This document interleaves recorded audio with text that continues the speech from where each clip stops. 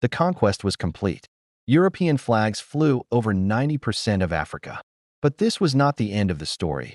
It was the beginning of a new, brutal chapter. Colonial rule was not about partnership, it was about profit.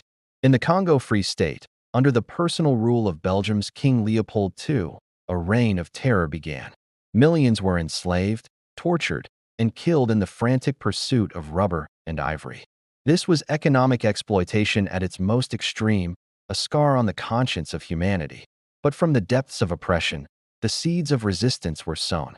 A new generation of African leaders, many educated in Europe, began to dream of freedom. The two world wars became an unexpected catalyst. Hundreds of thousands of African soldiers were conscripted to fight for their colonial masters on foreign battlefields. They fought for a freedom they themselves did not have. When they returned, they brought with them a new awareness and a burning question. If they were worthy enough to die for Europe's freedom, why were they not worthy of their own?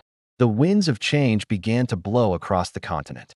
In Ghana, Kwame Nkrumah led his nation to independence in 1957, declaring, "Our independence is meaningless unless it is linked up with the total liberation of Africa." His victory sent a shockwave across the colonial world. One by one, nations began to rise. Leaders like Patrice Lumumba in the Congo and Jomo Kenyatta in Kenya championed the cause of self-determination. The path was often violent, a final, bloody struggle against empires unwilling to let go. By the late 20th century, the political map of Africa was redrawn once more, this time by its own people. But the legacy of colonialism runs deep. The arbitrary borders drawn in Berlin a century earlier now divided communities and fueled ethnic conflicts. Economies designed to extract resources for Europe were left crippled. Yet, the story of Africa is one of resilience.